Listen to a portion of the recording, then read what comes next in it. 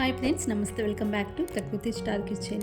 ఈరోజు మన కిచెన్లో ఎగ్ మసాలా కర్రీని ఎప్పుడూ ఒకే రకంగా కాకుండా ఇలా ఒకసారి కొత్తగా ట్రై చేయండి. చాలా టేస్టీగా ఉంటుంది. రైస్ చపాతీ రెండింటికి కూడా. ముందుగా ఒక మిక్సీ జార్ తీసుకుని ఇందులోనే వెల్లుల్లిపాయలు వేసుకుంటున్నాను. అలాగే 2 ఇంచుల అల్లాన్ని చిన్నగా కట్ చేసి వేసుకోండి. తర్వాత 2 పచ్చిమిర్చి వేసుకుంటున్నాను. అలాగే 1/4 టీ స్పూన్ మిరియాలు, 2 మీడియం సైజ్ టమాటోస్ని పొడుగా కట్ చేసి వేసుకుని ఇందులోనే కొంచెం కొత్తిమీరని కూడా వేసుకుని వాటర్ వేసుకోకుండా గ్రైండ్ చేసి తీసుకోండి. మసాలా స్మూత్గా గ్రైండ్ చేసుకోకుండా ఇప్పుడు చూపించే విధానంగా కొంచెం బరగ్గా గ్రైండ్ చేసి మసాలాను ఒక బౌల్లో తీసి పక్కన పెట్టుకోండి. నెక్స్ట్ 6 ఎగ్స్ని ఉడికించి పైపొట్టు తీసి ఇలా 2 భాగాలుగా కట్ చేసి తీసుకున్నాను. ఎగ్ ఫ్రై చేసి తీసుకోవాలి. ఎగ్స్ ఫ్రై చేసుకోవడం కోసం 1 స్పూన్ ఆయిల్ వేసుకుని ఇందులోనే చిటికెడు పసుపు, సాల్ట్ను వేసుకుని మిక్స్ చేసుకోండి.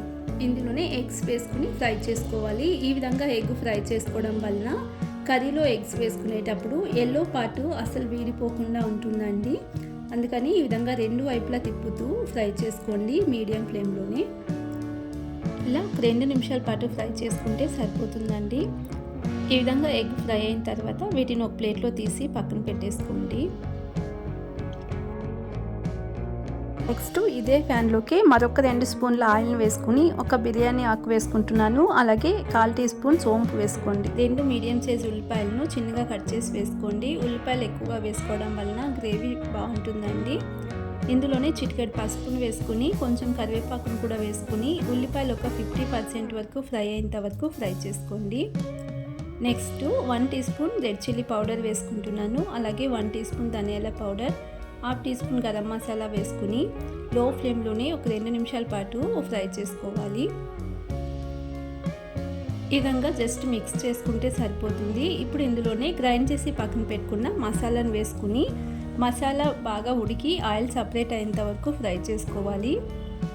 లో టు మీడియం ఫ్లేమ్లోనే ఒక 4-5 నిమిషాల పాటు మసాలాను బాగా మిక్స్ చేసుకుని ఫ్రై చేసుకోండి.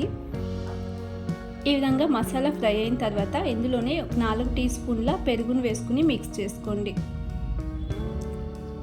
ఇలా మసాలా బాగా ఉడికి ఆయిల్ సపరేట్ అయిన తర్వాత ఇందులోనే కన్సిస్టెన్సీ చూసుకుని వాటర్ని వేసుకోండి. నేను ఇక్కడ 1 కప్పు వాటర్ని వేసుకుంటున్నాను.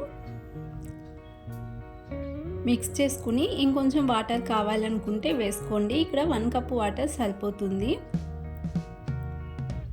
ఇప్పుడు రుచికి సరిపడే సాల్ట్ను వేసుకోండి. కారం కూడా కావాలనుకుంటే చెక్ చేసి కొంచెం వేసుకోవచ్చు.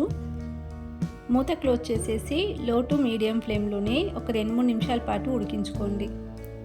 గ్రేవీ ఈ విధంగా ఉడికిన తర్వాత మరొకసారి మిక్స్ చేసుకుని ఇందులోనే మేము ఉడికించి పక్కన పెట్టుకున్న ఎగ్స్ యాడ్ చేసుకోవాలి.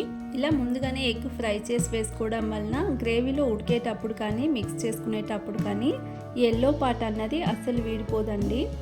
ఇలా ఎగ్స్ వేసుకుని కొంచెం మిక్స్ చేసుకోవాలి. ఎగ్స్ పైన గ్రేవీ ఉండేలా మిక్స్ చేసుకుని మూత క్లోజ్ చేసి మరొక 2-3 నిమిషాల పాటు లో ఫ్లేమ్లోనే ఉడికించుకోండి. ఇంకా 2-3 నిమిషాల తర్వాత మీరు ఇక్కడ స్టవ్ ఆఫ్ చేసేసుకుని మిక్స్ చేసుకోండి. ఈ విధంగా ఎగ్ కర్రీని ప్రిపేర్ చేసుకోండి. చాలా అంటే చాలా టేస్టీగా ఉంటుందండి. ఎప్పుడూ ఒకే రకంగా కాకుండా ఇలా ఒకసారి ట్రై చేయండి.